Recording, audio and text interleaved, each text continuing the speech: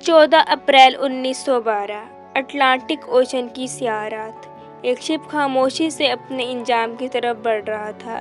ये वो शिप था जिसे दुनिया ने अनसिंकेबल कहा था, लेकिन चंद घंटों बाद ये समंदरी गहराई में दफन हो जाता है।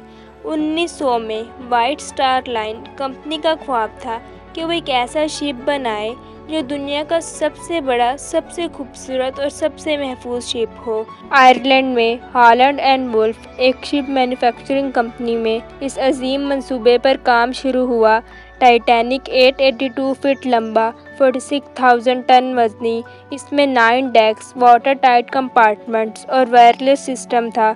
ये एक तैरता हुआ महल था। फर्स्ट क्लास में रिहाइश 5 स्टार होटल से भी शानदार थी। सेकंड क्लास भी अपनी जगह लग्जरी था। थर्ड क्लास में वो मुसाफिर थे जो अमेरिका नई ज़िंदगी शुरू करने जा रहे थे। 10 अप्रैल 1912 साउथहैम्पटन, इंग्लैंड। हज़ारों लोग बंदरगाह पे जमा थे। टाइटैनिक मंजिल यूएसए अमेरिका का पहला सफ़र शुरू हुआ। रास्ते में टाइटैनिक फ्रांस और क्वींसटाउन, आयरलैंड रुका। शिप में 2224 अफराद थे, 900 crew member, 325 first class passenger, 285 second class passenger, 700 third class passenger. इनमें दुनिया के अमीर तरीन लोग भी थे।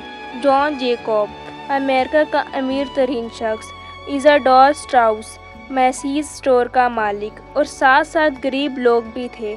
सफ़र के दौरान कई शिप्स ने वायरलेस पे आइस वार्निंग भेजी। 14 अप्रैल टाइटैनिक को 6 वार्निंग मैसेज मौसूल हुए, लेकिन स्पीड कम नहीं की गई क्योंकि टाइटैनिक के कैप्टन एडवर्ड स्मिथ और वाइट स्टार लाइन कंपनी के ऑनर जे ब्रूस चाहते थे कि टाइटैनिक न्यूयॉर्क वक्त से पहले पहुंचे ताकि दुनिया को इसकी ताकत का पता चल सके। 14 अप्रैल की रात मौसम साफ पर सर्द था। आइसबर्ग्स देखना मुश्किल था। रात 11:40 पर लुक आउट फ्रेडरिक ने कहा, icebergs right ahead. First officer ने फौरन शिप मोड़ने का हुक्म दिया, पर इसमें बहुत देर हो गई। टाइटैनिक राइट साइड से आइसबर्ग से टकरा गया। ये टक्कर किसी धमाके जैसी नहीं थी, लेकिन इसने शिप के नीचे 300 फीट का हिस्सा फाड़ दिया और 6 वाटर कंपार्टमेंट्स पानी से भर गए। इंजीनियर्स ने हिसाब लगाया कि टाइटैनिक कम से कम 2 घंटे ही तैर पाएगी। टाइटैनिक पे सिर्फ 20 लाइफ बोट्स थी, जबकि ज़रूरत कम से कम 64 लाइफ बोट्स की थी।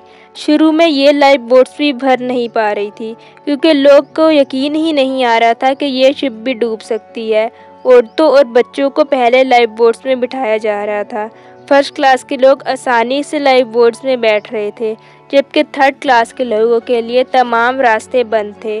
टाइटैनिक में मौजूद ऑर्केस्ट्रा म्यूज़िक बैंड आखिरी टाइम तक म्यूज़िक बजाते रहे ताकि लोग घबराए नहीं। इज़ाडोर स्ट्राउस और इनकी बीवी ने अलग होने से इनकार कर दिया और दोनों एक साथ ही डूब गए। रात 2:20 पर टाइटैनिक का अगला हिस्सा मुकम्मल तौर पर डूब गया। पानी की दबाव से शिप दरमियान से टूट गई।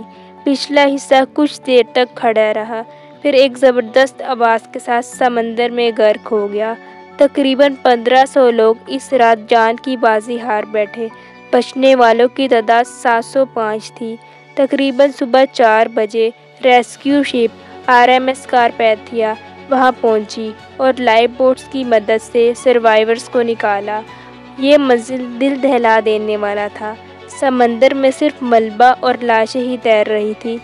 इस हादसे के बाद दुनिया भर में गम गुस्सा फैल गया।